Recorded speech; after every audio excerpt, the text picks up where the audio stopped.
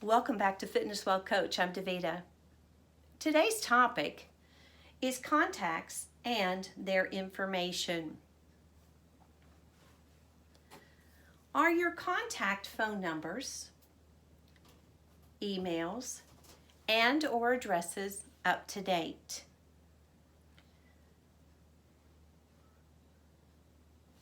Don't just have phone numbers in your phone. Go through and purge your phone numbers in your contact list that have become obsolete or unnecessary. Also, use that opportunity to refresh any addresses or email information that might need it. Identify contacts that you want to be notified in an emergency. It could be medical, financial, or anything that you consider an emergency. This past week, while I was working on this topic, my father had a severe medical health, almost near-death experience.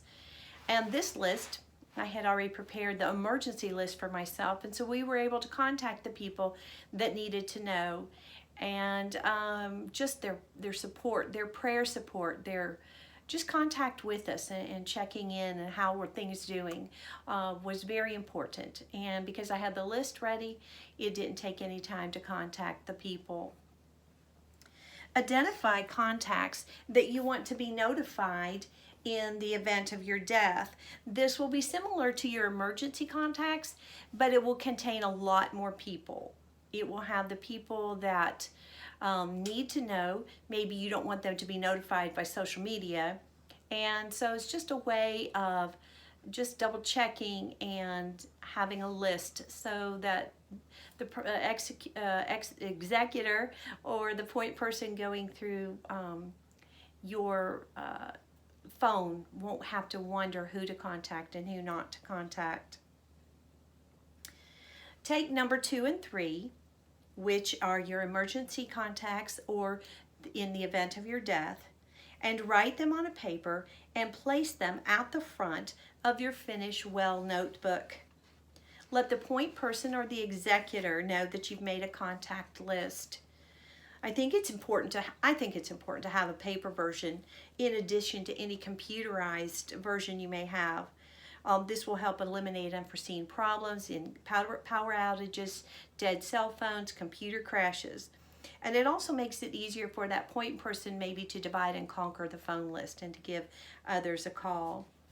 So here's just a paper version, something to keep at the front of your notebook, and you will have already identified and notified the point person or the executor who that person is, and you've let them know where the notebook is going to be. And this is the first thing that we're actually working on to put into our notebook.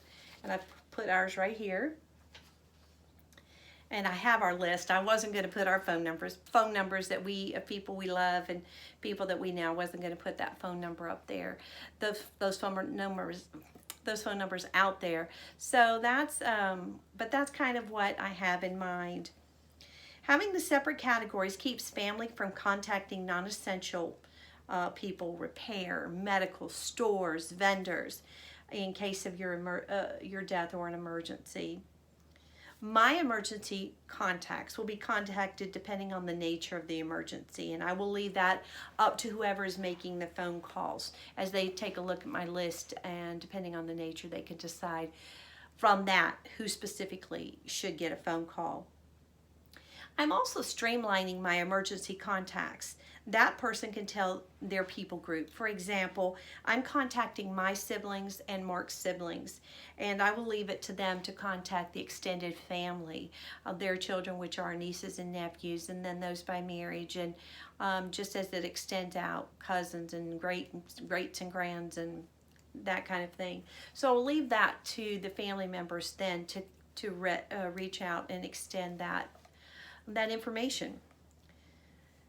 Sometimes we have a hard time dealing with end-of-life choices because we're afraid we're going to make someone mad, and your ideas regarding who gets what information and who gets contacted and whose name is on both lists, it could be totally different than someone else's opinion. So don't ask someone else what to do. Do what's best for you.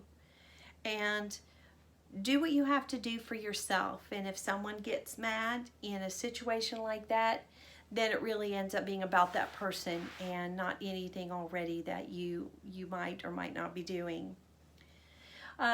We have other lists that we're going to be making later and talking about later, and specifically how we can handle some of those. But for right now, this is perfect to just streamline. Go through your phone, delete any phone numbers that don't need to be there. That's mental energy for you. If you go ahead and take care of that, delete the phone numbers that don't need to be there.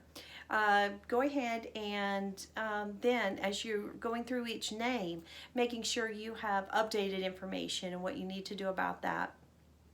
And then decide, do they go on the emergency list or on in the event of your death list, or both, and how that gets handled. And let your point person or your executor know where that is. I'm keeping a paper version, and they can open my phone and use my phone for the phone numbers if they want, but I've made a paper version with the phone numbers just to make it easier on them. It's just difficult in a time of grief like that, and you want to make things easier for the family members. Hey, have a great day. Blessings.